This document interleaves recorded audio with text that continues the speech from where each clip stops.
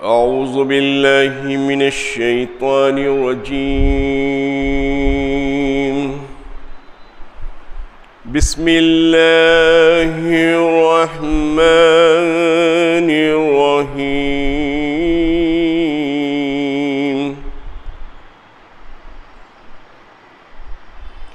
ولقد آتينا موسى 9 آيات بينات فاسأل بني إسرائيل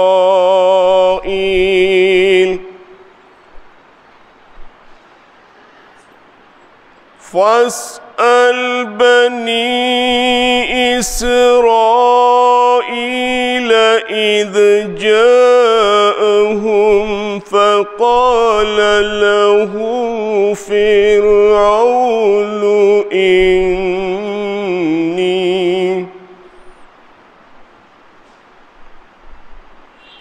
إني لأظنك يا موسى مسحورا.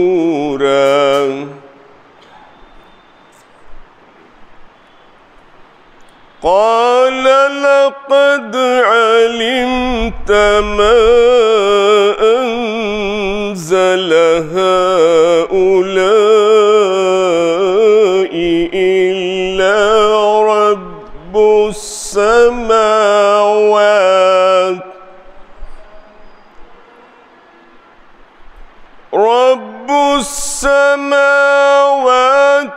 والأرض بصائر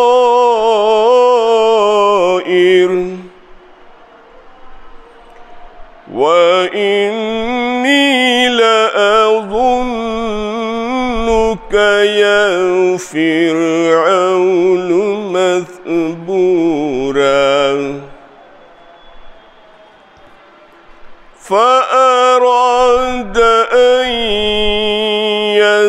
يستفزهم من الأرض فأغرقناه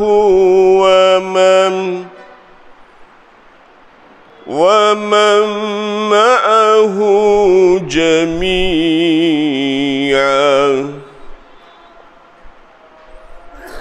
وقلنا من بعده لبني إسرائيل اسكنوا الأرض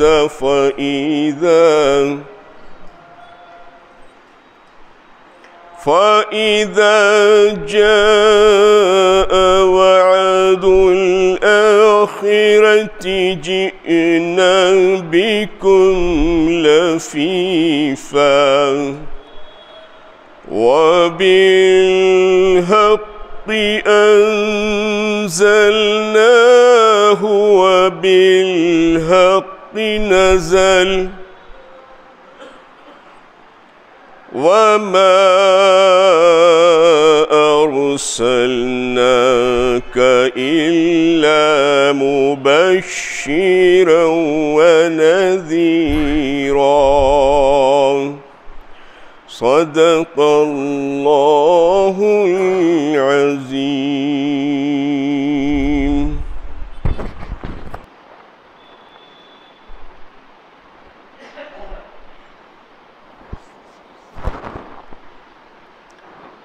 السلام علیکم ورحمۃ اللہ وبرکاتہ. الحمد للہ وحدہ والصلاة والسلام علی من لا نبی بعدہ. اما بعد فاعوذ باللہ من الشیطان الرجیم. بسم اللہ الرحمن الرحیم. وَلَقَدْ آتَيْنَا مُوسَى 9 آيَاتٍ بَيِّنَاتٍ فَاسْأَلْ بَنِي إِسْرَائِيلَ إِذْ جَاءَهُمْ فَقَالَ لَهُ فِرْعَوْنُ إِنِّي لَأَظُنُّكَ يَا مُوسَى مَسْحُورًا إلى آخر الآية. صدق اللہ العلی العظیم وصدق رسولہ النبی الکریم ونحن على ذلك من الشاهدين والشاكرين اللهم ألهمنا رشدنا وأعذنا من شرور أنفسنا اللهم وفقنا لما تحب وترضى من القول والفعل والنية رب اشرح لي صدري ويسر لي أمري واحلل عقدة من لساني يفقهوا قولي آمین یا رب العالمین۔ محترم حضرات، معزز سامعین، ملی بھائیوں، بزرگوں اور دوستوں، میری ماؤں اور بہنوں، پیارے بچوں، سورہ بنی اسرائیل 15واں پارہ، یہاں سے سورت کا آخری رکوع شروع ہو رہا ہے، یعنی 12واں رکوع، اور پارے کا بھی 12واں رکوع ہے۔ اس میں تذکرہ چل رہا ہے کہ اللہ تعالیٰ نے حضرت موسیٰ کو 9 نشانیاں دیں۔ وہ 9 نشانیاں کیا کیا ہیں، اس کی تفصیل سورہ اعراف میں آ چکی ہے۔ فَأَرْسَلْنَا عَلَيْهِمُ الطُّوفَانَ وَالْجَرَادَ وَالْقُمَّلَ وَالضَّفَادِعَ وَالدَّمَ آیات مفصلات۔ کہیں 7 کا ذکر ہے اور کہیں 9 کا ذکر ہے۔ 2 تو معجزات ہیں آپ کے ہاتھ میں لاٹھی، جس کو عصا کہتے ہیں۔ آپ اس کو جب ہاتھ میں لیتے ہیں تو وہ لاٹھی بن جاتی ہے، اور جب زمین پہ چھوڑ دیتے ہیں تو وہ سانپ بن جاتی ہے۔ پھر اس کی بھی الگ الگ قسمیں بتایا اللہ نے۔ کأنہا جان، پتلی چھڑی، بالکل پتلی چھڑی۔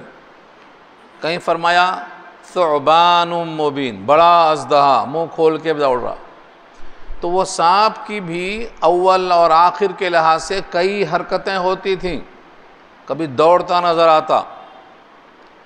تو اس کی ہیبت کی بنا پر فرعون کے دربار میں بھگدڑ مچ گئی، سب کے سب بھاگنے لگے۔ تو ایک تو یہ ہے آپ کی لاٹھی، آپ کا بڑا معجزہ ہے۔ دوسرے، آپ کا داہنا ہاتھ اپنی بغل میں رکھ کے آپ نکالتے تو چمکتا روشن کی طرح، بالکل سورج کی طرح چمکتا۔ بیضا، ید بیضا اسے کہتے ہیں۔ ید بیضا مانے ہاتھ سفید، ہاتھ روشن۔ تو حضرت عیسیٰ کی لاٹھی اور ان کا، حضرت موسیٰ کا ہاتھ اور ان کی لاٹھی، یہ دونوں شعراء نے جمع کیا ہے کہ تمام لوگوں نے جو معجزات دکھائے ہیں وہ آپ اکیلے دکھا رہے ہیں۔ آنچ خوبا ہما دارن تو تنہا داری۔ جتنے لوگوں کے معجزات ہیں، حسن یوسف بھی اسی میں ہے نا، حسن یوسف دم عیسیٰ ید بیضا داری۔ تو ید بیضا کا مطلب یہی ہاتھ چمکنا، ہاتھ روشن ہونا۔ تو حضرت عیسیٰ کا پھونک مار کے مردوں کو زندہ کرنا۔ تو جتنے معجزات مختلف نبیوں میں تھے، ہمارے رسول کو اللہ نے وہ سب عطا فرمایا۔ یہ ہے اس کا مصرعے کا مطلب۔ آنچ خوبا ہما دارن تو تنہا داری، حسن یوسف دم عیسیٰ ید بیضا داری، آنچ خوبا ہما دارن تو تنہا داری۔ تو یہ جو 9 معجزات ہیں، ان کو 9 آیتیں بھی کہا گیا ہے، جیسا کہ یہاں موجود ہے۔ وَلَقَدْ آتَيْنَا مُوسَىٰ 9 آیات، اور ہم نے دیا موسیٰ کو 9 نشانیاں۔ نشانیوں کو معجزات بھی کہتے ہیں، معجزات کو نشانیاں بھی کہتے ہیں۔ اس کے علاوہ اس پر اور بھی روایتیں ہیں، نقل کی ہیں۔ یہودیوں نے جب ہمارے نبی محمد مصطفیٰ صلی اللہ علیہ وسلم سے سوال کیا کہ آپ اللہ کے نبی ہیں، تو وہ موسیٰ کو جو 9 معجزات دیے گئے تھے بیان کیجیے، آپ بتا دیجیے۔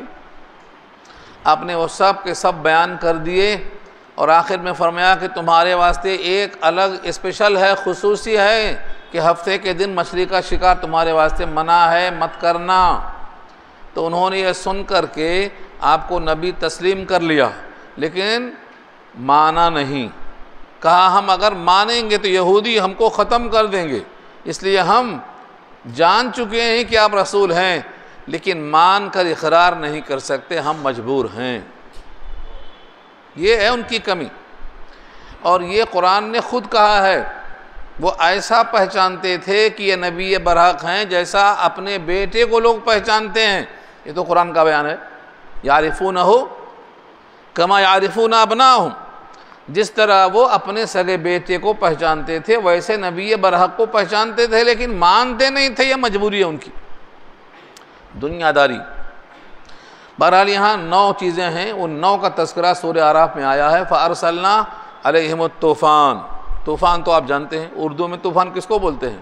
تیز ہوا ہو، اس میں کچرے بھی اڑتے ہوں، ہوا اتنی تیز ہو کہ لوگ اڑ جا رہے ہوں، ایسے طوفان کو اردو میں طوفان ہی کہتے ہیں، وہ عربی لفظ ہے. فَأَرْسَلْنَا عَلَيْهِمُ الطُّوفَانَ وَالْجَرَادَ. جراد کہتے ہیں ٹڈی دل. ٹڈی کا لشکر آتا تھا، پہلے پوری فصل کھا جاتا تھا. یہ بھی اللہ کا عذاب تھا. والجراد والقمل. قمل بھی ایک عذاب تھا اللہ کا. قمل کیا ہے؟ بعض نے کہا گوچڑی ہے، اور بعض نے کہا جو آپ کے کپڑے میں جوئیں پڑ جاتے ہیں، یہ اللہ کا عذاب ہے. جب بھی کپڑا پہنتے کپڑے میں جوں، اور جب آدمی کے کپڑے میں جوں پڑ جائے گی تو اسے سکون آئے گا. یہ ہے والقمل. والضفادع. میڈک کا عذاب تھا. جہاں بھی جاتے ہر جگہ میڈک نظر آتا. کھانے کی پلیٹ میں میڈک، پانی اٹھایا پینے کو تو وہاں میڈک، پانی کا گھڑا دیکھا تو وہاں میڈک. والضفادع. والدم. دم کیا ہے؟ خون. ہر چیز خون ہو گئی. جہاں بھی وہ چیز اٹھانا چاہتے کھانا چاہتے ہر جگہ خون نظر آتا. یہ اللہ تو قادر مطلق ہے. آیات مفصلات، نشانیوں پر نشانیاں. مچھلیوں کا زندہ ہو کر ہفتے کے دن اچھل کے سامنے آنا اور ہفتہ کے دن غائب، تو یہ بھی غائب. یہ کیا ہے؟ نشانیاں یہ بھی اللہ کی. یوم سبتہم شرعا. یوم سبتہم شرعا. شرعا مانے اچھل کے سامنے آتی. آؤ پکڑ لو، ہمت ہے تو. ہفتے کا دن غائب، مچھلیاں بھی غائب. وَيَوْمَ سَبْتِهِمْ وَيَوْمَ يَسْبِتُونَ. لا يَسْبِتُونَ کے معنی آتی نہیں، ہفتے کے دن غائب ہو جاتی. یوم سبتہم شرعا وَيَوْمَ لَا يَسْبِتُونَ لَا تَأْتِيهِمْ. ہفتہ کا دن غائب، مچھلیاں غائب. تو یہ کیا ہے؟ اللہ کی یہ قدرت ہے. کچھ اقوال یہاں اسی سے متعلق ہے. اللہ تعالیٰ نے یوں فرمایا، ہم نے موسیٰ کو 9 نشانیاں دی ہیں. اس کا مطلب 9 سے زائد نہیں دی ہیں. جس وقت یہ دی تھیں وہ 9 ہی تھیں، بعد میں اور بھی دیا ہے تو دے سکتے ہیں، اللہ کی مرضی ہے. 9 کا مطلب نہیں کہ زیادہ نہیں دے سکتے. یہ سب نشانیاں بینات ہیں. بینات جمع ہے بینتن کی، جس کے معنی واضح. کوئی چیز جس سے واضح ہو جائے، پہچان میں آ جائے، اس کو بینات کہتے ہیں. فَاسْأَلْ بَنِي إِسْرَائِيلَ إِذْ جَاءَهُمْ. اب بن اسرائیل سے یہ بات معلوم کر لو کہ جب ان کے پاس حضرت موسیٰ آئے، اللہ کا پیغام لے کر آئے، فرعون کے پاس اللہ نے بھیجا. حضرت موسیٰ نے تو اول کہا کہ میرے خلاف وارنٹ جاری ہے، میرے سینے میں گھٹن ہو رہی ہے، میری زبان نہیں چلتی ہے. سورہ شعراء میں یہ بحث آئے گی. یضیق صدری ولا ينطلق لسانی. میری زبان ہی نہیں چل رہی ہے، دل گھٹا جا رہا ہے میرے خلاف ایک وارنٹ جاری ہے. وَلَهُمْ عَلَيَّ ذَنْبٌ فَأَخَافُ أَن يَقْتُلُونَ. مجھے خطرہ ہے کہ وہ قتل کر دیں گے. ہاں میرے بھائی ہارون کی زبان بڑی صاف ہے، ان کو میرے ساتھ بھیج دو. حضرت ہارون کو اللہ نے ان کے ساتھ نبی بنا کر بھیج دیا، اور کہتے ہیں ان کی زبان مجھ سے صاف تھی. هو أفصح مني لسانا فأرسله معي يريد أن يصدقني. اللہ تعالیٰ نے واضح البیان ہونے کے ناطے سے، زبان صاف ہونے کے ناطے سے حضرت موسیٰ کی درخواست قبول کیا اور ساتھ لگا دیا. اب دونوں چلے گئے. اب فرعون کے سامنے جو مکالمہ ہوا، یہ سورہ طٰہٰ پارہ 16 میں بھی آیا ہے اور بھی جگہوں میں آیا ہے، یہاں اس کا اشارہ ہے. جب آئے حضرت موسیٰ و ہارون فرعون کے پاس، تو فرعون نے کیا کہا؟ فقال له فرعون.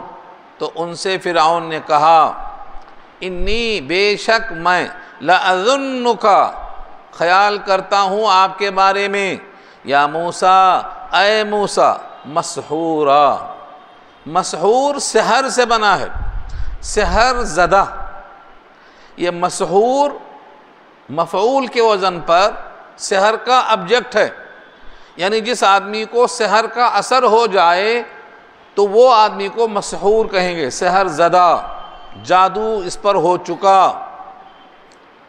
یعنی تمہارا جو دعویٰ ہے کہ میں اللہ کا رسول ہوں، یہ تمہارا دعویٰ ایسا لگتا ہے جادو کے نتیجے میں ہے، تم پر کسی نے جادو کر دیا ہے، تم سحر زدہ ہو، اسی واسطے ایسی ویسی باتیں کرتے ہو۔ کون ہے تمہارا رب؟ میں تو اپنے سوا کسی کو رب جانتے ہی نہیں، ما علمت لکم من الہ غیری، میرے علاوہ تمہارا کوئی رب ہے ہی نہیں، میں نہیں جانتا، میں تو رب اعلیٰ ہوں، انا ربکم الاعلیٰ۔ یہ پوری بحث آ چکی ہے کئی آیتوں میں۔ حضرت موسیٰ علیہ السلام کو اس نے سحر زدہ کہا، جادو کا اثر ہے، اس واسطے نبی کا دعویٰ کر رہے ہیں۔ یہاں بحث تو حضرت موسیٰ کی چل رہی ہے، لیکن یہاں ایک ضمنی بحث یاد رکھ لیجئے کہ سحر زدہ ہمارے نبی کو بھی مکے والوں نے کہا ہے، ہمارے نبی کو بھی سحر زدہ کہا ہے، اور اہل قرآن نے اس کو لوک لیا اور کہنے لگے دیکھو جو نبی کو سحر زدہ کہتا ہے وہی صحیح ہے، کیونکہ نبی پر جادو ہوا ہے کہ نہیں ہوا ہے؟ جب نبی پر جادو ہوا ہے اور اس کا اثر ہوا ہے تو نبی سحر زدہ ہوئے کہ نہیں ہوئے؟ یہ پیچھے بحث آ چکی، اسی پارے میں آئیے۔ اب یہاں دو بحثیں اچھی طرح سمجھ لیجئے، توجہ جتنی کامل ہوگی بات سمجھ میں آئے گی۔ قرآن میں اللہ نے کہا ان تتبعون الا رجلا مسحورا، تم اتباع نہیں کرتے ہو مگر سحر زدہ آدمی کی، سحر زدہ آدمی کی اتباع کر رہے ہو۔ اس جملے سے لوگ سمجھتے ہیں کہ نبی پر سحر ہوا تھا اور آپ کا دعویٰ نبوت سحر کی وجہ سے تھا، لہذا جو نبی کو فالو کرتے ہیں وہ ایک سحر زدہ آدمی کو فالو کرتے ہیں، یہ عقیدہ چلا۔ اسی والے فرقہ اہل قرآن کہتا ہے کہ جادو کا وجود ہی نہیں ہے، جادو ہے ہی نہیں، جادو کا انکار کرتے ہیں، وہ جتنی آیتیں جادو کی ہیں سب کا انکار کرتے ہیں وہ۔ اب ان میں فرق کرو، آپ فرق کیا ہے؟ یقیناً نبی پر جادو ہوا ہے، لیکن دعویٰ نبوت جادو کی وجہ سے نہیں ہوا ہے، یہ فرق سمجھو آپ، دونوں کو لوگ ملا دے رہے ہیں۔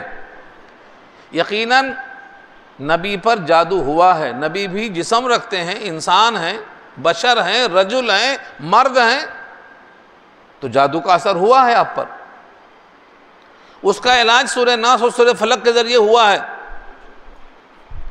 لیکن اس کا یہ مطلب کہ دعویٰ نبوت سحر کا اثر ہے، یہ غلط ہے، یہ غلط ہے۔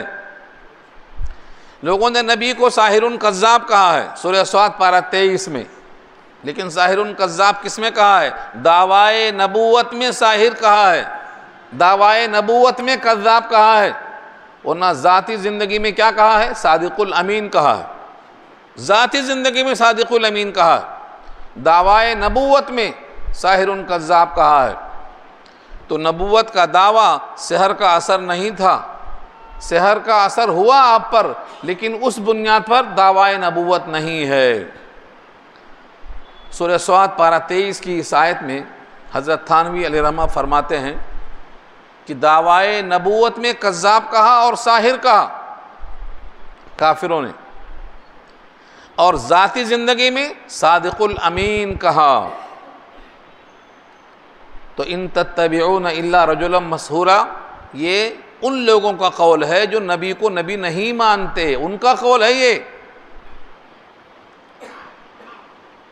لہٰذا یہ دو بحثیں الگ الگ ہیں، نبی پر جادو ہوا ہے، جادو کا اثر ہو سکتا ہے، جادو کا وجود ہے، لیکن نبوت کا دعویٰ جادو کا اثر نہیں ہے، یہ بات واضح ہو گئی۔ اب یہاں آ جائیے، حضرت موسیٰ کو فرعون نے کیا کہا؟ میرا گمان یہ ہے اے موسیٰ کہ تم سحر زدہ ہو۔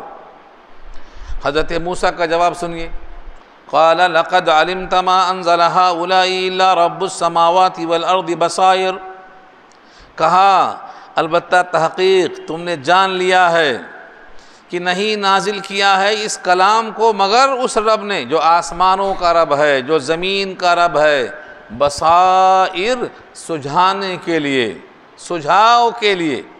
بصائر جمع ہے بصیرت کی، جب دل دیکھتا ہے تو بصیرت کہتے ہیں، جب آنکھ دیکھتی ہے تو بصارت کہتے ہیں۔ تو بصائر کے معنی سجھاؤ، سمجھانے کے لیے یہ کلام نازل ہوا ہے۔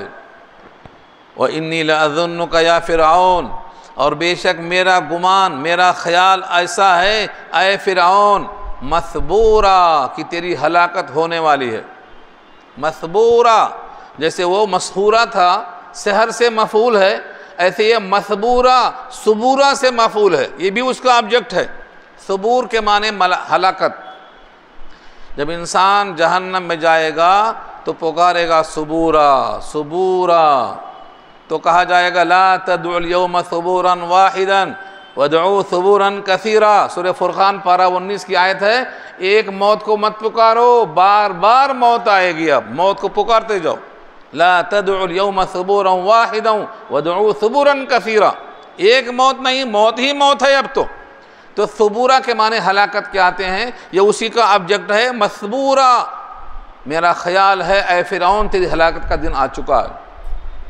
یہاں سے مثل مشہور ہے، جب گیدڑ کی موت آتی ہے تو شہر کی طرف آتا ہے، اور جب چیونٹی کی موت آتی ہے تو اس کو پر لگ جاتے ہیں۔ یہ جو مثل مشہور ہے، چراغ بجھنے والا ہے تو بھبکتا ہے، یہ فرعون کا وقت آ گیا، اسی واسطے موسیٰ سے بحث کرتا ہے۔ موسیٰ تو کریم اللہ ہیں، ان سے زبان لڑاتا ہے، اور اب ان کی زبان سے نکل گیا مسبورا تیری ہلاکت ہونے والی ہے، ہو کے رہی، ساری قوم کے سامنے ہو گئی۔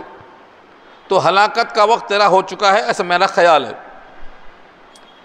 پہلے تو فرعون کا حکم تھا یہاں سے کوئی بھاگ کر جانے نہ پائے، اگر بھاگ جائیں گے تو ہمارا کام کون کرے گا؟ نوکر کہاں سے آئیں گے؟ گھر میں عورتیں کام کرنے والی کہاں سے آئیں گی؟ کسی کو بھاگنے نہیں دینا، پکڑ پکڑ کے لاتا تھا۔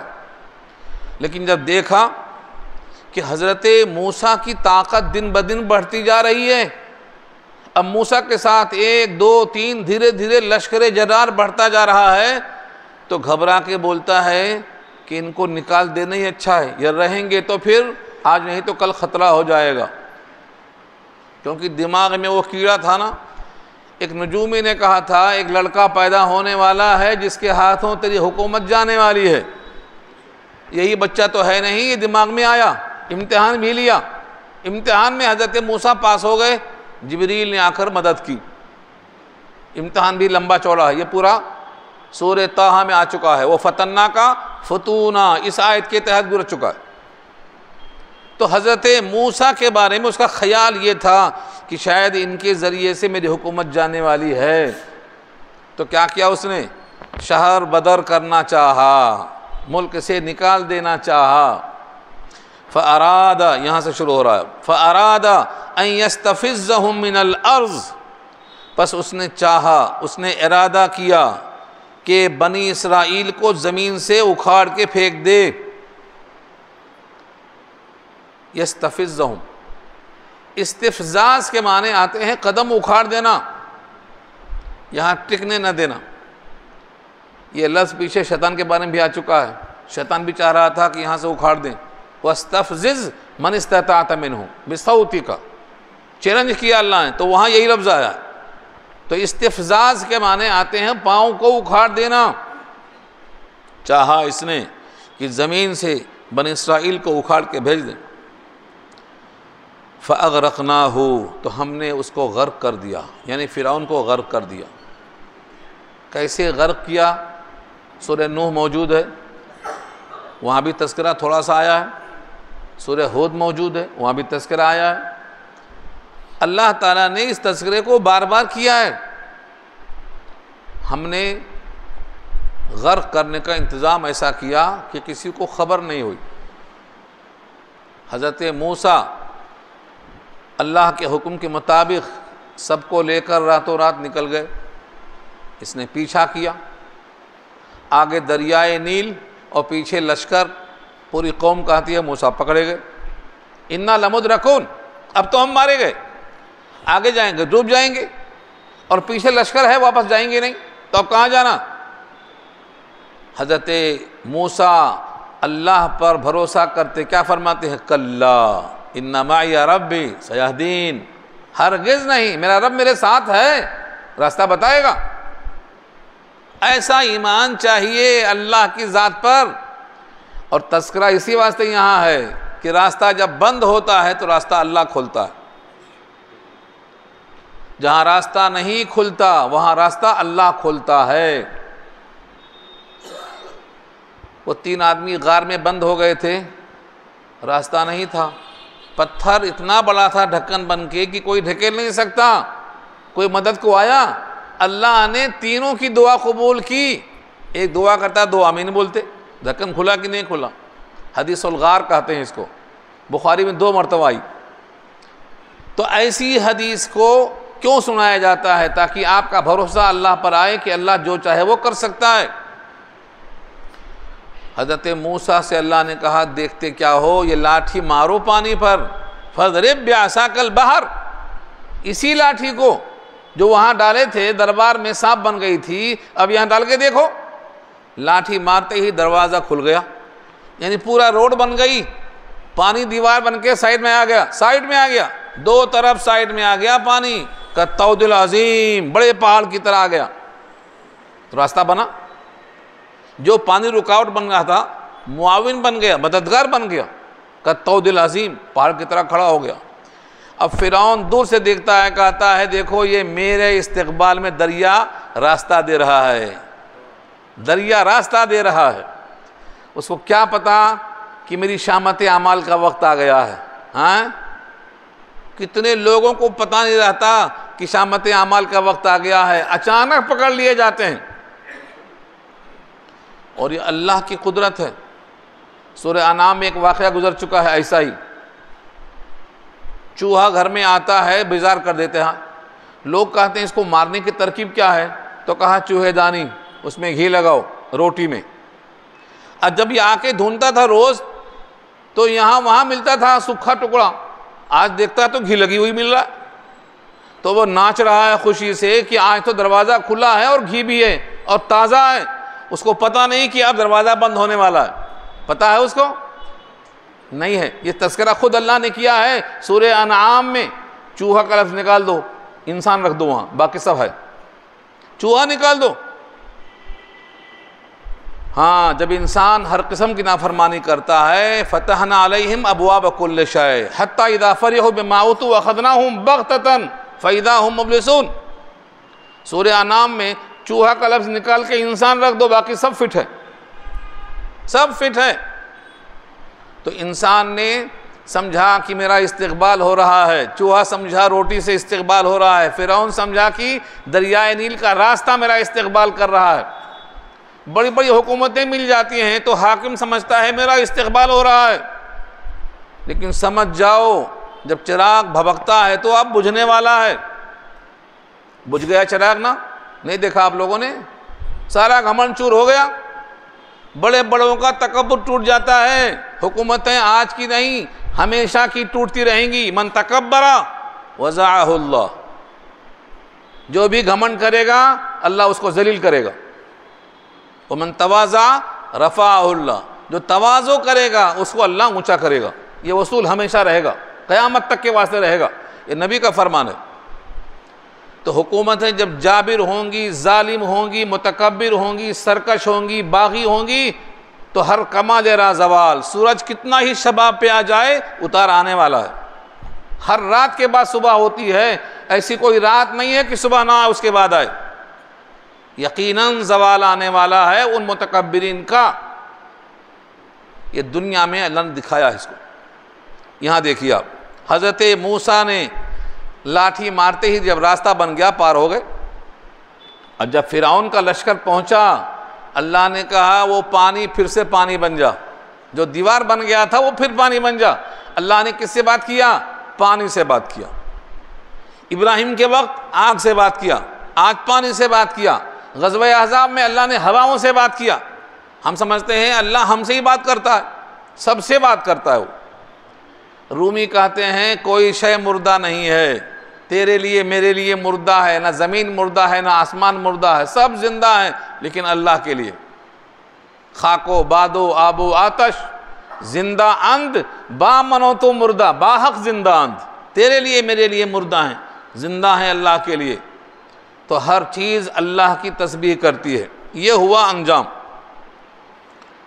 تو فرعون نے چاہا کہ بنی اسرائیل کو مصر سے نکال دے، فَأَغْرَقْنَاهُ، تو ہم نے اس کو غرق کر دیا، وَمَن مَّعَهُ جَمِيعًا، اور جتنے اس کے ساتھ تھے لشکر سب کو غرق کر دیا ہم نے۔ فرعون کے جتنے لشکر تھے ان کی صحیح تعداد تو اللہ کو معلوم ہے، لیکن مورخین لکھتے ہیں 6 لاکھ سے زیادہ کی تعداد سب ڈوب گئی، سب پانی میں ڈوب گئی۔ فرعون کے مرنے کے بعد بھی لوگوں کو یقین نہیں آتا تھا کہ یہ مرا، کہیں چلا گیا ہوگا، چال باز ہے، شاطر ہے، کچھ کر دیا ہوگا۔ ہمارے پاس مشر ہے، جب شیر مر جاتا ہے تو شیر کے قریب نہیں آتے، پتھر پھینکتے دور سے، کہیں ایسا نہ ہو تو اٹھ جائے، کہیں اٹھ نہ جائے، اس خوف سے قریب کب آتے، دھیرے دھیرے قریب آتے، دور سے پتھر مار کے دیکھتے۔ تو اس کے مرنے کا کسی کو یقین نہیں تھا، یہ تو رب العالی تھا، کیسے مر سکتا ہے، یہ مرا نہیں مرا، صبح ہو رہا سب کو۔ اللہ نے دریا کو حکم دیا اس کی لاش کو باہر پھینک۔ سورہ یونس پارہ 11 میں یہ بحث آئے گی۔ اللہ نے دریا سے کہا اس کو باہر پھینک، لوگ آنکھوں سے دیکھ لیں پڑا ہوا ہے۔ فَالْيَوْمَ نُنَجِّيكَ بِبَدَنِكَ لِتَكُونَ لِمَنْ خَلْفَكَ آیا۔ اللہ فرماتے ہیں آج ہم تیرے جسم کو نجات دیں گے، روح کو نہیں، جسم، اور وہ بھی آج کا لفظ ہے، آج، روز کے واسطے نہیں، آئندہ کے واسطے نہیں، کیونکہ اب تو عذاب قبر شروع ہونے والا ہے اس کی روح کو۔ آج ہم تیرے بدن کو نجات دیں گے۔ فَالْيَوْمَ نُنَجِّيكَ بِبَدَنِكَ، کیوں؟ لِتَكُونَ لِمَنْ خَلْفَكَ آیا، تاکہ تیرے بعد والوں کو عبرت ہو کہ دیکھو یہ بھی مر گیا، یہ بھی مر گیا، ایک آسمان اور گیا۔ یہ ہے عبرت کا انجام۔ وَقُلْنَا مِن بَعْدِهِ لِبَنِي إِسْرَائِيلَ اسْكُنُوا الْأَرْضَ، اور ہم نے کہا اس کے بعد بنی اسرائیل سے ٹھہرو زمین میں، اب کوئی خطرہ نہیں ہے، مر گیا شیطان، ٹھہرو، اسکنوا فی الارض، زمین میں رہو، بسو، چلو پھرو، کھاؤ پیو۔ کب تک رہیں گے زمین میں؟ ایک وعدہ آئے گا سب کو گھسیٹ کر لے جانے کا۔ فَإِذَا جَاءَ وَعْدُ الْآخِرَةِ، جب آئے گا وعدہ آخرت یعنی قیامت، یعنی سب کے لیے مرنے کا دن۔ فَإِذَا جَاءَ وَعْدُ الْآخِرَةِ، جب وقت آئے گا آخرت میں پورا ہونے کا وعدہ، جِئْنَا بِكُمْ، تو ہم تم کو لائیں گے لفافہ، لفیفہ، کتنا قریب ہے دیکھیے۔ لفافے میں کیا ہوتا؟ جو بھی بکھرا ہے سب لفافے میں اندر سمیٹ جاتا ہے۔ اللہ فرماتا لفیفہ، یہاں لفیفہ مانے ملفوفہ، سب کو سمیٹ کے لے جائیں گے، یعنی کوئی جنگل میں ہے، کوئی شہر میں ہے، کوئی گاؤں میں ہے، کوئی بچے کا نہیں، سب کو سمیٹ کے ہم لے کے آئیں گے، یہ ہے لفیفہ۔ لفافہ کہتے ہیں جس میں کوئی چیز رکھ کر سمیٹی جائے۔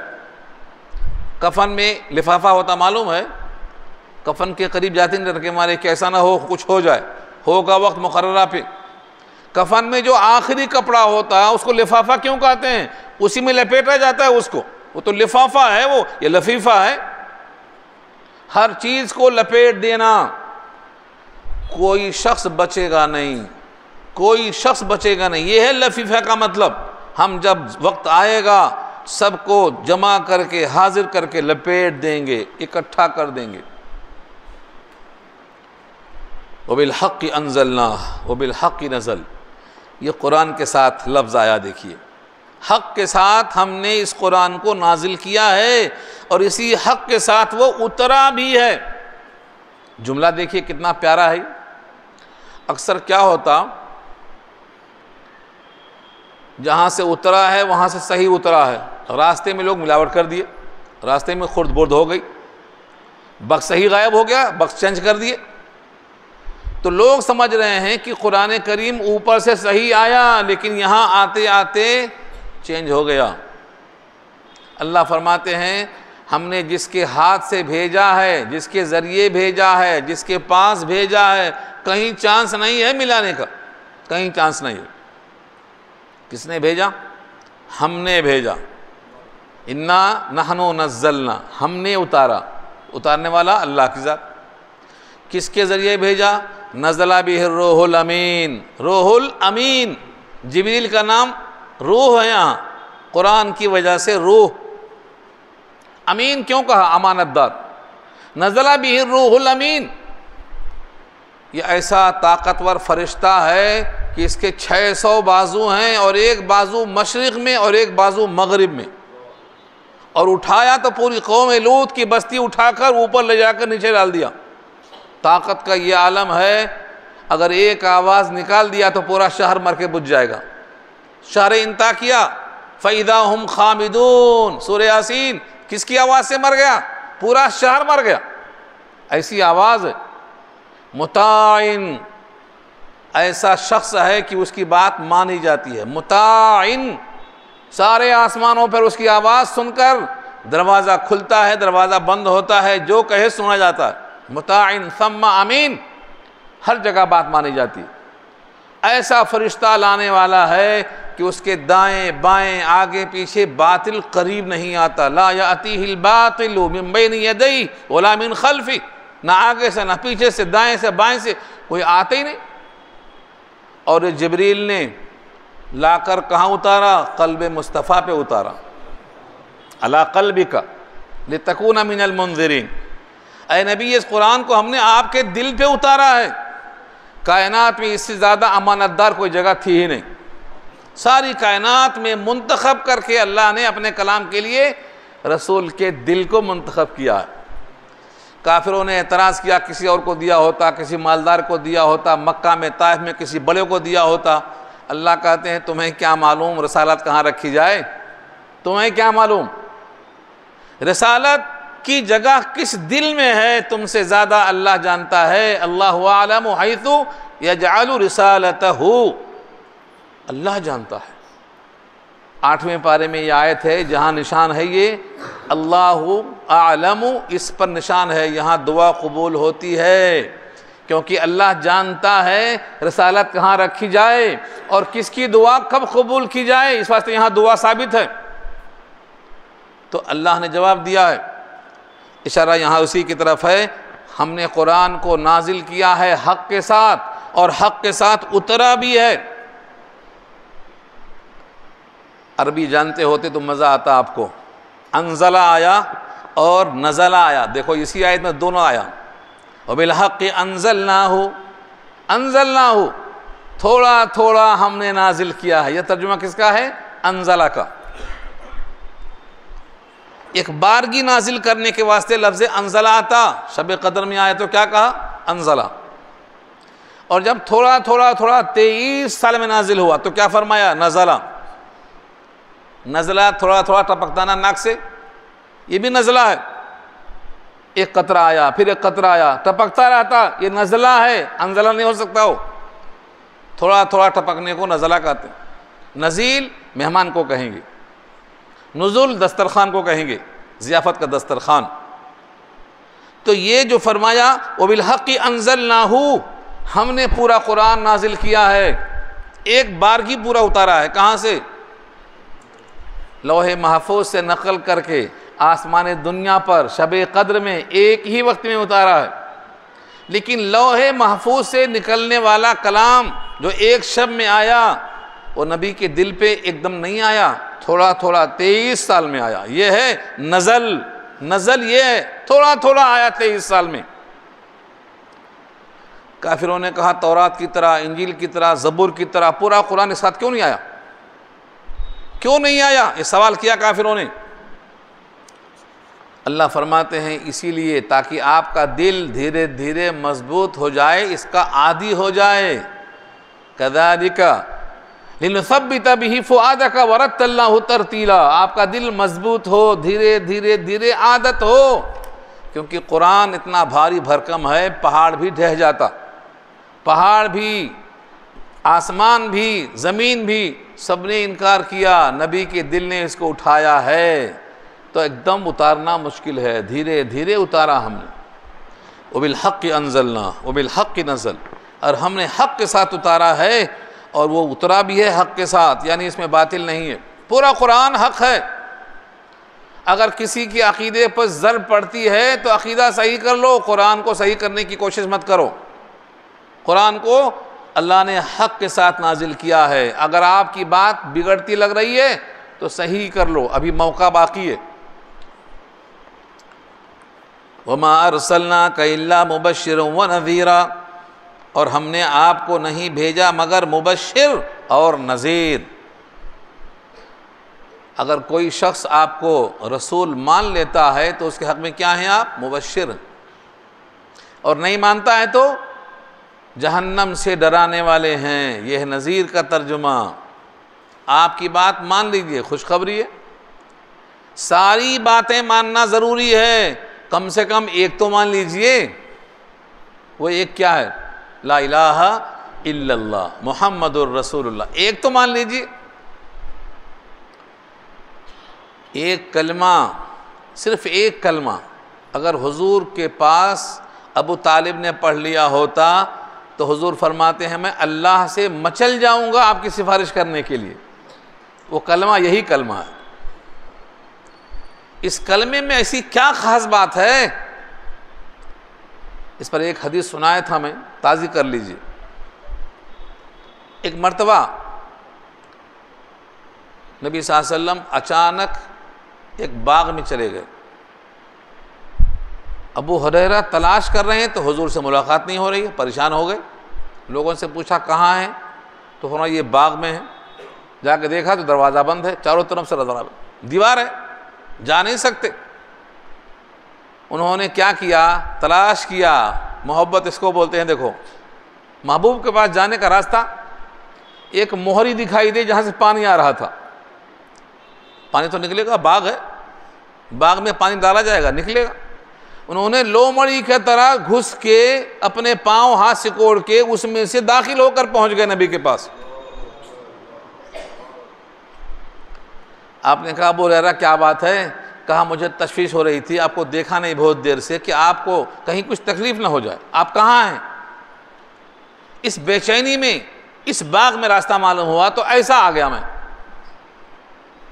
حضور بہت خوش ہوئے اور کہا جا کر لوگوں سے کہہ دو کہ جو شخص بھی لا الہ الا اللہ کہے گا دل کی گہرائیوں سے، وہ داخل ہوگا جنت میں. یہ حضور نے ابو ہریرہ کو خوشخبری دی ہے. من قال لا الہ الا اللہ دخل الجنہ. ابو ہریرہ کہتے ہیں اگر آپ اجازت دیں تو میں لوگوں کو خوشخبری دے دوں. لوگ بھی بے چین ہیں، کیا میں لوگوں کو خوشخبری دے دوں؟ افلا ابشر بہ الناس. آپ نے کہا جاؤ جاؤ دے دو خوشخبری. ابو ہریرہ کہتے ہیں کہ میری بات لوگ مانیں گے نہیں، کچھ نشانی دے دو. کیسا سمجھیں گے کہ یہ بات رسول کی ہے؟ میں چھوٹا آدمی ہوں، اتنی بڑی بات کا اعلان کروں گا، لوگ مانیں گے نہیں. کہا جوتا لے جاؤ میرا. جوتا دے دیا بطور نشانی کے. جوتا ہاتھ میں لے کر بڑے شان سے چلتے ہیں ابو ہریرہ. اب جا کر لوگوں کو سناؤں گا پیغام خوشخبری کا. سب سے پہلا شخص جس سے ملاقات ہوتی ہے وہ حضرت عمر ابن خطاب ہیں. کہا کہاں جا رہے ہو؟ کہا خوشخبری سناؤں گا، یہ ہے پیغام. حضرت عمر نے سینے پہ دھکا دیا، یہ ہلکے پھلکے پیچھے گر پڑے، سرن کے بل گر پڑے. کہا واپس چلو، جہاں سے آئے ہو وہیں واپس چلو. اب آگے آگے ابو ہریرہ ہیں اور پیچھے پیچھے حضرت عمر ابن خطاب ہیں. حضور پہچان گئے معاملہ کیا ہے. پورا واقعہ سن کے آپ فرماتے ہیں کہ اس کو خوشخبری کو اگر آپ بتا دیں گے تو لوگ بھروسہ کر کے بیٹھ جائیں گے، نماز نہیں پڑھیں گے، روزہ نہیں رکھیں گے، صدقہ نہیں دیں گے. کہیں گے جب جنت پکی ہے، جیسے آج کل لوگ بولتے ہیں دیکھو ہمارے، ارے جی محبت کی بنیاد پر جنت پکی ہے تو نماز پڑھنے کی کیا ضرورت ہے، چھٹی. یہ لوگ ایسا کریں گے. یہ حضرت عمر کا آنکھوں سے دیکھا ہوا حال دکھائی دے رہا تھا ان کو. لوگ محبت کے نام پہ نماز نہیں پڑھیں گے، روزہ نہیں رکھیں گے، قرآن نہیں پڑھیں گے. تو کہا اے اللہ کے نبی میری خواہش یہ ہے کہ اس کو لوگوں میں نہ ظاہر کیا جائے، لوگ بھروسہ کر لیں گے، اذن یتکلوا، نماز چھوڑ دیں گے، بیٹھیں گے اسی پر. تو آپ نے کہا عمر سچ کہتے ہیں، عمر سچ کہتے ہیں. یہ کینسل ہو گیا اعلان کرنا. ابو ہریرہ کہتے ہیں جب میں مرنے کے قریب ہوا تو اس خوف سے کہ کوئی بات چھپا کر نہ لے جاؤں، کیونکہ حدیث چھپانے کا گناہ بھی خطرناک ہے، تو مرتے مرتے میں نے اس کو ظاہر کر دیا. اب بتاؤ یہ لفظ کون سا ہے؟ یہ یہی لفظ ہے، لا الہ الا اللہ. یہی خبر دے رہے تھے وما ارسلناک الا مبشرا ونذیرا. مبشر ہے یہ، یعنی جو کلمہ پڑھ لے گا جنت میں جائے گا. یہ کیا ہے؟ خوشخبری ہے. اسی کو مبشر کہا اللہ نے. ساری کائنات سے کہا، چچا سے کہا، پورے مکے والوں سے کہا، جس نے بھی آپ کے سامنے بات چیت کی سب سے کہا ایک کلمہ کہہ لو جنت رکھیے. اور نہیں مانیں گے تو نذیرا، ڈرانے والے ہیں، اللہ سے ڈرانے والے. آپ نے خوب جم کے ڈرایا. ایک پہاڑی کا نام ہے کوہ صفا، وہاں کھڑے ہو گئے. سب لوگوں کو ایسی آواز دیا جیسے گھبراہٹ کی آواز ہوتی، سب بھاگ کے آ کے جمع ہو گئے. آپ نے کہا اگر میں کوئی کہوں کہ یہاں ایک لشکر ہے حملہ کرنے والا ہے، مانو گے؟ سب نے کہا جھوٹ کا تجربہ ہم نے کیا نہیں، آپ تو صادق الامین ہیں، یقیناً مانیں گے. کہا ایسا ہے تو اگر تم نے اللہ کا یہ کلمہ تسلیم نہیں کیا تو اللہ کا عذاب تمہارے سر پہ سوار ہے، جہنم کا عذاب ہے. لوگوں نے کہا اچھا پرانی بات کے واسطے جمع کیا ہے، یہ ہے نذیرہ. تو آپ ڈراتے بھی رہے، خوشخبری دیتے بھی رہے، اور اس حق کے ساتھ ہمیشہ اللہ کی حفاظت ہے. وبالحق انزلنا، ہم نے حق کے ساتھ اتارا اس کو. وبالحق نزل، اور اترا بھی ہے حق کے ساتھ. اور کہا ہے دنیا کی تمام کتابیں منسوخ ہو گئیں کیونکہ چینج ہو گئیں. تورات چینج، انجیل چینج.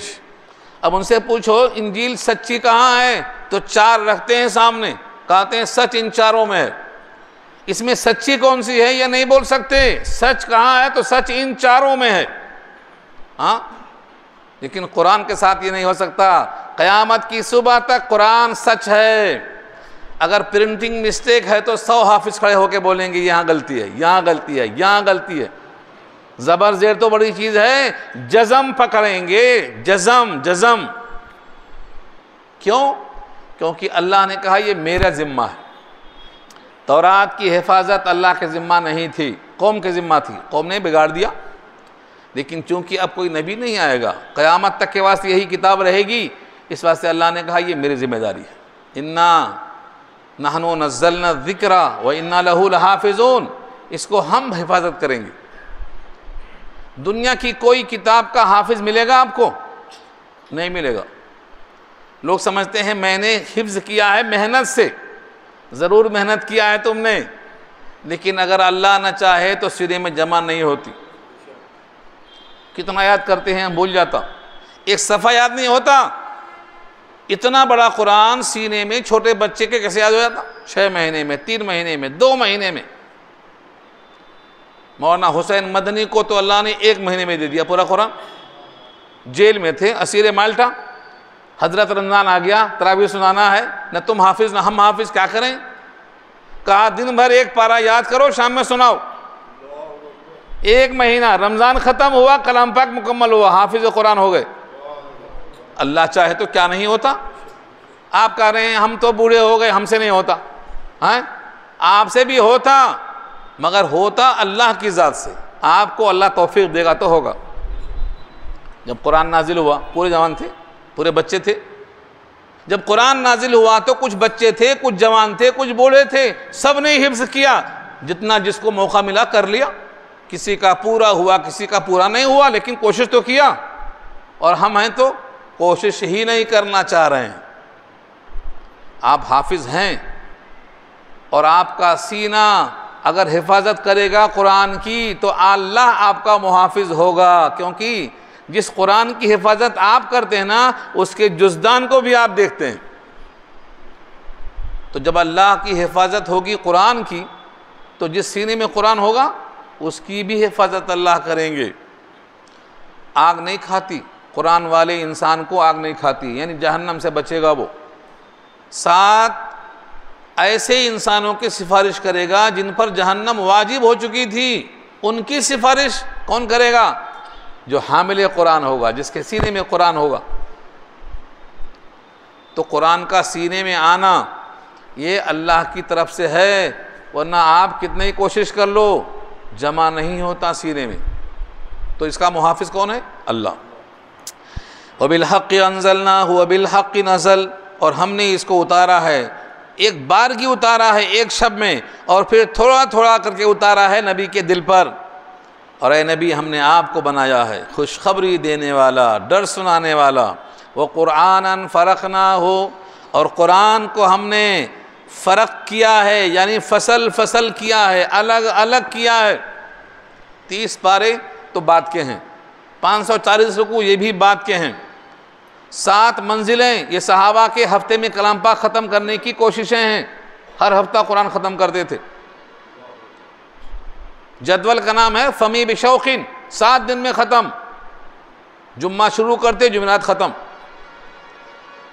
لیکن اللہ فرماتے ہیں ہم نے اس قرآن کو 114 صورتوں میں تقسیم کیا ہے، اور ہر آیت کو الگ الگ کر دیا ہے، آیتوں کو الگ الگ کر دیا، سورے کو الگ الگ کر دیا۔ کیوں کیا؟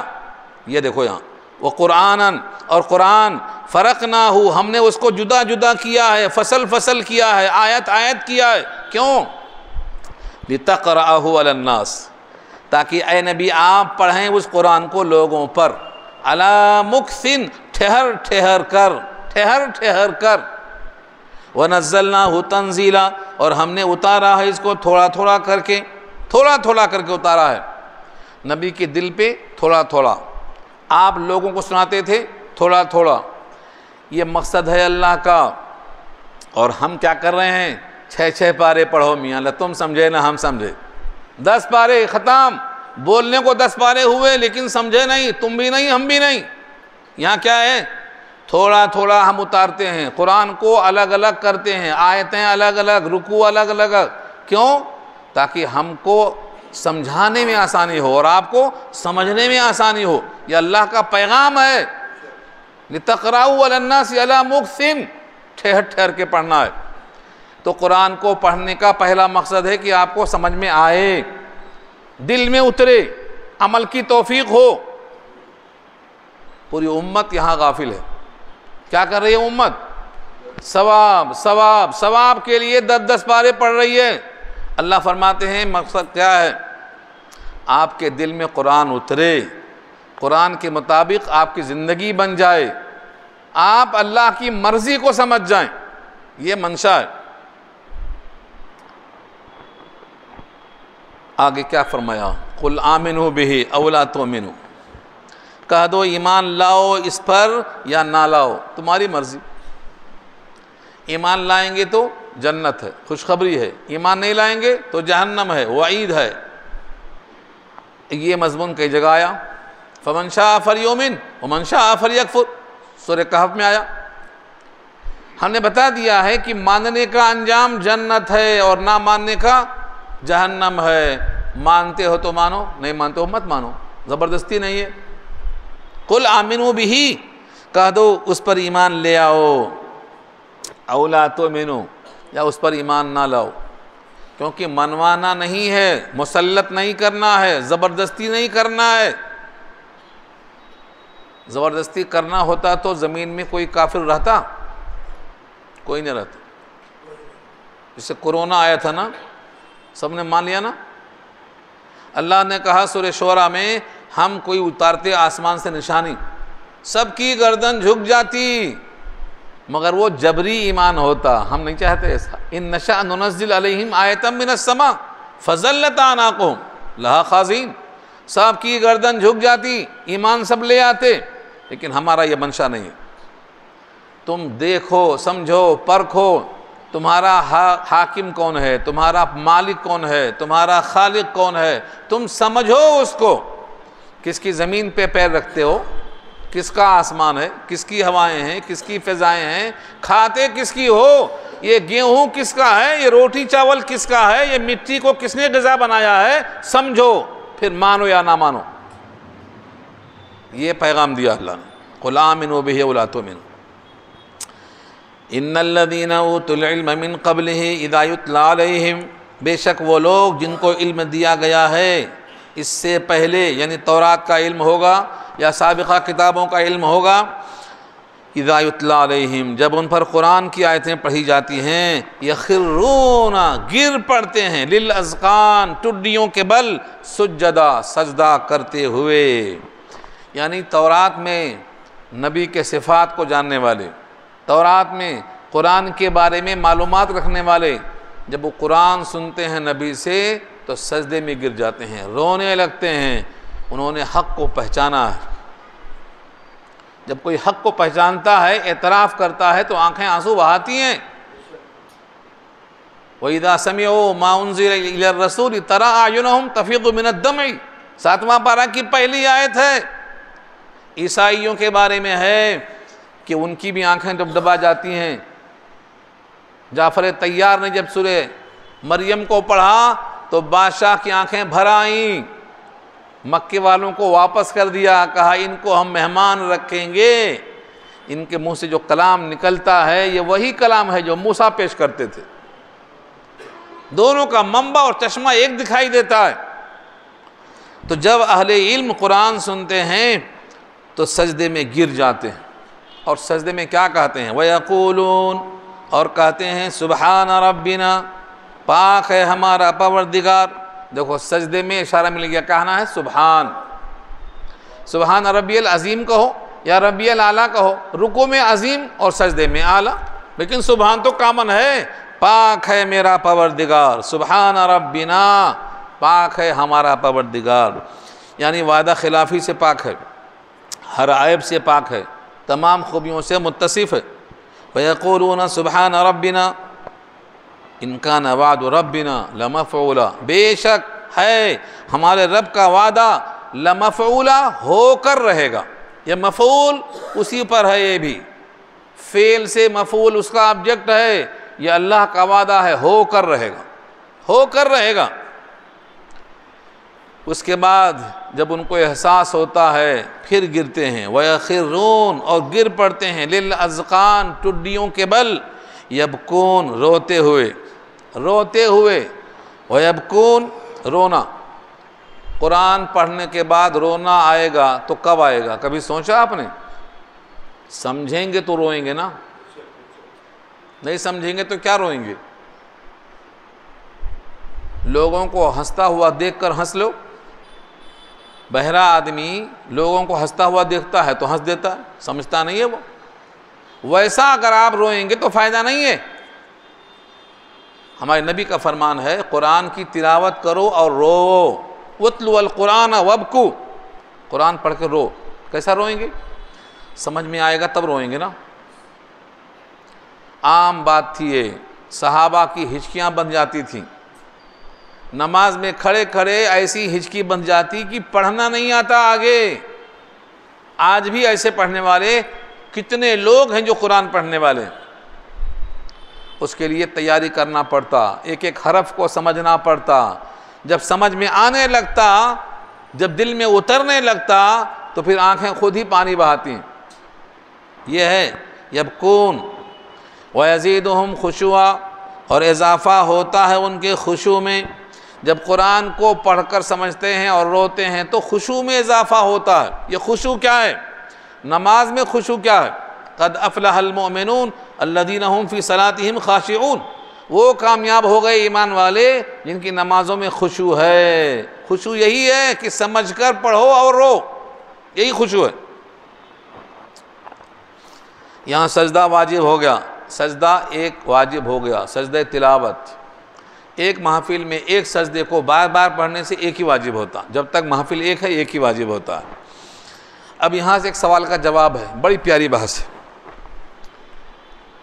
ساری کائنات سے کہتے ہیں لا الہ الا اللہ، ایک الہ، ایک ہی الہ۔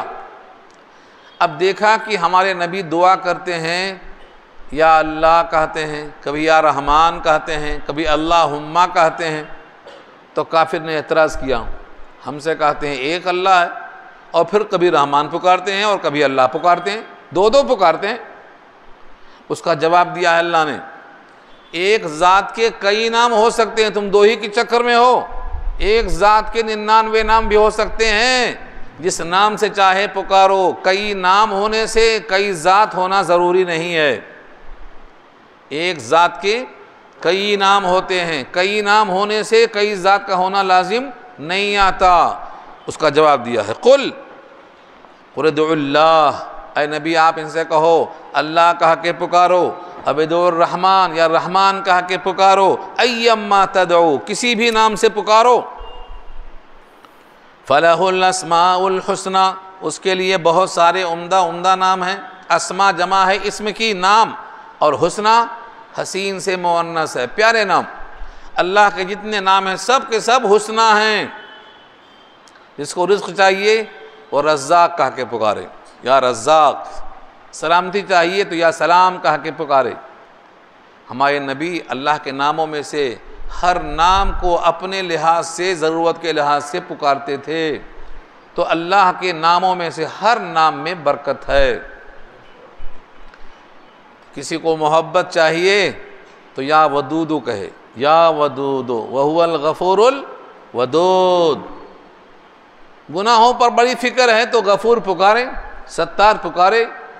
سلیمان کو حاجت تھی بادشاہت کی تو کیا کہا؟ وہاب، اے بہت دینے والے دے دے، ایسی حکومت دے دے کہ میرے بعد کسی کو مناسب نہ ہو، دے دیا اللہ نے۔ تو جس نام سے چاہو اللہ کو پکارو، ایما تدعو فلہ الاسماء الحسنی، اللہ کے بہت سارے نام ہیں، عمدہ نام ہیں۔ ایک سوال کا جواب ہوا، نمازوں میں جب اللہ کا لفظ، قرآن کا لفظ، جنت کا لفظ یہ سنتے تھے تو کافر مذاق اڑاتے تھے، ٹھیلتے تھے ایک دوسرے پر، ہنستے تھے۔ اللہ نے کہا نماز میں قرآن کو چلا کے پڑھنا ضروری نہیں ہے، تھوڑا سا اوپر کرو آواز، اتنا کرو کہ لوگ سن لیں، مصلی سن لیں۔ اس سے معلوم ہوتا ہے مسجدوں میں لاؤڈ اسپیکر جو سڑکوں تک آواز جاتی ہے وہ مناسب نہیں ہے، مصلیوں تک رہنا چاہیے۔ دیکھو جملہ، وَلَا تَجْهَرْ بِصَلَاتِكَ، اور اپنی نماز کو جہر کے ساتھ یعنی چلا کر مت پڑھو۔ یہ کون سی نماز ہوگی؟ جہری نماز، جس میں زور سے پڑھا جاتا ہے، کیونکہ سری میں زور سے پڑھے تو نماز ہی نہیں ہوگی، تو جہری کو بھی زیادہ جہر نہیں۔ وَلَا تُخَافِتْ بِهَا، اور اس کو بہت زیادہ مخفی بھی مت کر دو، بہت زیادہ چپکے بھی مت کر دو۔ وَابْتَغِ بَيْنَ ذَلِكَ سَبِيلًا، تلاش کرو ان دونوں کے درمیان سے ایک راستہ، نہ بہت زیادہ زور سے نہ بہت زیادہ آہستہ سے، ان کے درمیان کی آواز کو اختیار کر لو۔ صحابہ جب قرآن پڑھتے تھے تو کافروں کو تکلیف ہوتی تھی، مذاق اڑاتے تھے، یہاں اسی کے واسطے کہا گیا ہے۔ تو نماز میں قرآن ہو یا قرآن الگ سے ہو، نہ بہت چلانا ہے نہ بہت آہستہ پڑھنا ہے، بیچ کی چال چلنا چاہیے۔ ایک مرتبہ اللہ کے نبی رات میں جا رہے تھے، گشت ہو رہا تھا، ایک گھر سے آواز آئی تو قرآن بہت بلند آواز سے پڑھا جا رہا تھا۔ یہ کون تھے؟ حضرت عمر۔ اور ایک گھر سے آواز ہلکی آ رہی تھی، حضرت ابو بکر صدیق رضی اللہ عنہ۔ دونوں صبح حاضر ہوئے، آپ نے کہا کہ تم زور سے کیوں پڑھ رہے تھے؟ کہا میں چاہ رہا تھا کہ شیطان بھی بھاگ جائے اور نیند بھی بھاگ جائے، اور جو غافل ہیں وہ بھی کھڑے ہو جائیں۔ کہا تم اتنا آہستہ کیوں پڑھ رہے تھے؟ کہا میں جس کو سنا رہا تھا وہ تو اس سے بھی سنتا آہستہ، اس سے آہستہ بھی سن لیتا، میں جس کو سنانا چاہ رہا تھا وہ تو اس سے بھی آہستہ کو سن لیتا ہے۔ دونوں کے ریزن صحیح تھے، مگر آقا نے کہا نہیں، اے عمر تم ذرا آواز پست کرو، اور اے صدیق اکبر تم اپنی آواز تھوڑا سا اونچی کرو، تاکہ یہاں جو قرآن کہتا ہے یہ پورا کا پورا ثابت ہو جائے۔ وَابْتَغِ بَيْنَ ذَلِكَ سَبِيلًا، راستہ بنا لو۔ وَقُلْ الْحَمْدُ لِلَّهِ، اور کہہ دو اللہ کا شکر ہے، تمام خوبیاں اللہ کی ہیں، الذی لم یتخذ ولدا، جس نے نہیں بنایا لڑکا لڑکی، اولاد ہی نے بنایا اپنے لیے. یہ کیوں کہا جا رہا ہے؟ مکے والوں کا عقیدہ تھا کہ فرشتے اللہ کی بیٹیاں ہیں اور جناتوں کی سردارانیاں اللہ کی بیویاں ہیں. سورہ انعام دیکھ لو، اللہ نے خود کہا وَلَمْ تَكُنْ لَهُ صَاحِبَةٌ، اللہ کو بیوی نہیں ہے.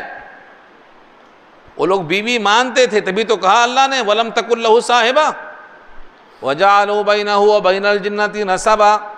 سورہ انعام میں ہے موجود یہ آیت. وہ لوگ کہتے تھے جنات سے اللہ کا رشتہ ہے، فرشتے اللہ کی بیٹیاں ہیں. اللہ نے کہا فرشتے بیٹیاں ہیں کیسے معلوم ہوا؟ مؤنث ہیں کہ مذکر ہیں کیسے معلوم ہوا؟ ان کی پیدائش کے وقت تم دیکھ رہے تھے کیا؟ اشہدوا خلقہم، جب ان کی تخلیق ہو رہی تھی تم نے مشاہدہ کیا تھا کیا؟ تمہیں معلوم کیسے ہوا؟ یہ اوٹ پٹانگ باتیں کافروں کی آج بھی تھیں اور پہلے بھی تھیں. آج بھی دیکھ لو، عقل سے باہر ایسا فلسفہ سناتے ہیں کہ عقل سے ہی باہر ہے. آج بھی چل رہا ہے، چلتا ہی رہے گا. کیوں؟ ان کے دل پر اللہ نے مہر لگا دی ہے. ان کی آنکھوں سے پردہ اٹھے گا تبھی راستہ کھلے گا. اپنے ہاتھوں سے بنائی ہوئی چیز کو مخلوق کہنے کے بجائے اسے خالق مانتے ہیں. اس سے بڑا فلسفہ کہاں سے آئے گا؟ تو یہ ان کا عقیدہ تھا. اللہ نے کہا سب سے پہلے صاف ہونا ضروری ہے، اللہ کو نہ اولاد ہے، لم یلد ولم یولد ولم یکن لہ کفوا احد. توحید خالص ہے یہ. اسی لیے سورہ اخلاص اگر 3 مرتبہ پڑھ لیں گے تو ایک قرآن کا ثواب ہے، کیونکہ ایک مرتبہ پڑھیں گے تو سورہ سے قرآن کا ثواب ہے. کیوں؟ کیونکہ توحید سے لبریز ہے، توحید سے لبریز ہے. اس جملے کو پڑھنے والا صحت مند دل ہو جاتا ہے. اس پر ایک روایت نقل کی ہے، پہلے آیت دیکھ لو.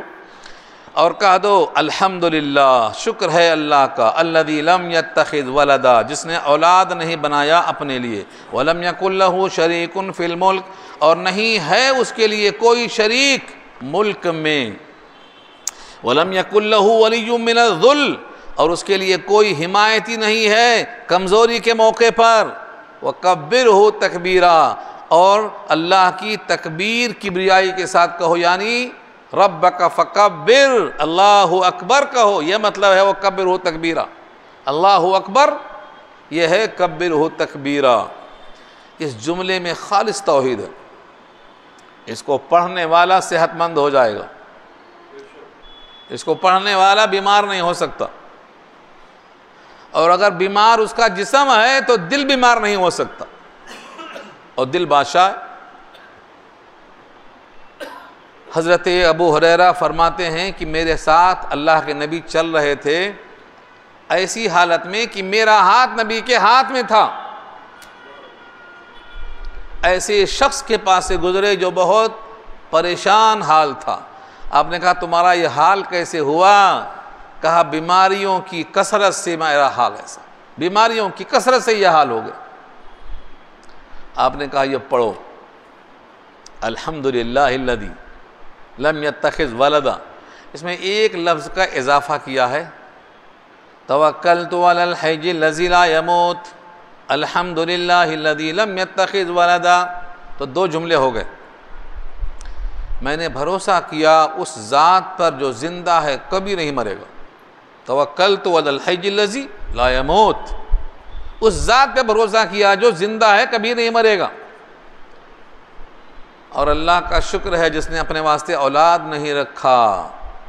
آدمی کو مدد کرنے کے 3 طریقے ہو سکتے ہیں. یا تو اپنے سے بڑا ہوگا جس کو باپ کہیں گے، برابر کا ہوگا دوست کہیں گے، اپنے سے کمتر ہوگا کمزور کہیں گے. تینوں کی نفی دیکھو یہاں کر دیا اللہ نے. اللہ نے اپنے لیے اولاد نہیں بنایا، مطلب نیچے سے کوئی نہیں. وَلَمْ يَكُنْ لَهُ شَرِيكٌ فِي الْمُلْكِ، بادشاہت میں کوئی شریک نہیں، مطلب کوئی پارٹنر نہیں، کوئی برابر نہیں. وَلَمْ يَكُنْ لَهُ وَلِيٌّ مِّنَ الذُّلِّ، اور کمزوری میں کوئی حمایت کرنے والا نہیں ہے جو بڑا بھائی بن کے حمایت کر دے آ کے. تینوں کی نفی. وَكَبِّرْهُ تَكْبِيرًا، جو انسان ان جملوں کو کہے گا وہ انشاءاللہ شفایاب ہوگا. توکلت پڑھیے، توکلت علی الحی الذی لا یموت الحمد للہ الذی لم یتخذ ولدا۔